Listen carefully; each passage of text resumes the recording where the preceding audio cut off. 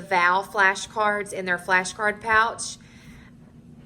Just every night, try to go through it with them, just learning the vowel sounds long and short, while also learning to recognize the vowels as well. So all the sight words we're learning will go in here as well, and eventually they'll have a sight word ring, their word families, etc. And then behind that, these are just helpful tips of learning games you can be doing at home to help with letter recognition and sound.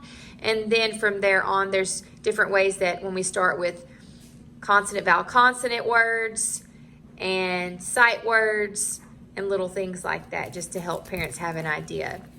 And then we have our alphabet trace sheets. There should be an Expo marker in your child's binder for them to be able to trace these at home. There's no need to take this out of the sheet protector. Just keep it in there and you just write over it and erase it when they're done. And I try to tell parents when they ask me about, should I do everything every single night? And I would tell you absolutely not. Do not overwhelm your child whenever they get home from school, because they are learning a lot while they're in the classroom.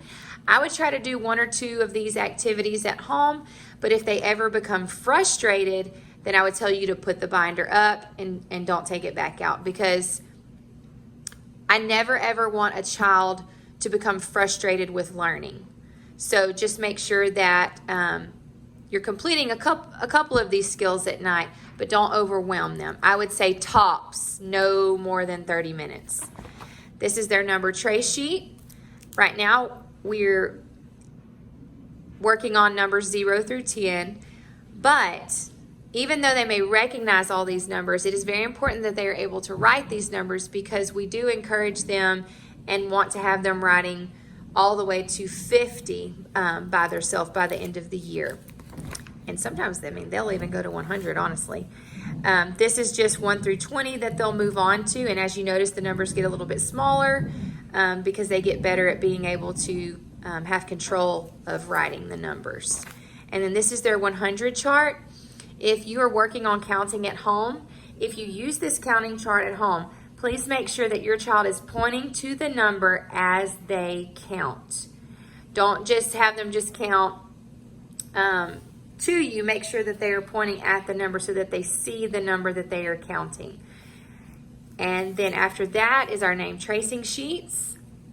I would encourage this to be done as if your child is not able to write their name, I would encourage them to write to be working on this skill specifically.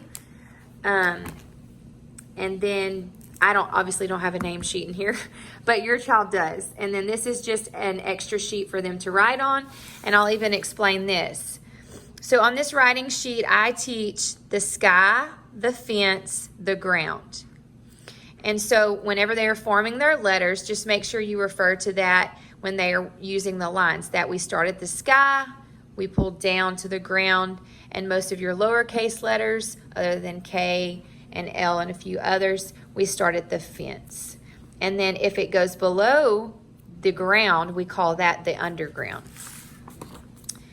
And this is just an extra divider, but I needed 8 because we needed at least 7 dividers. So I hope this helps. If you have any questions, feel free to ask.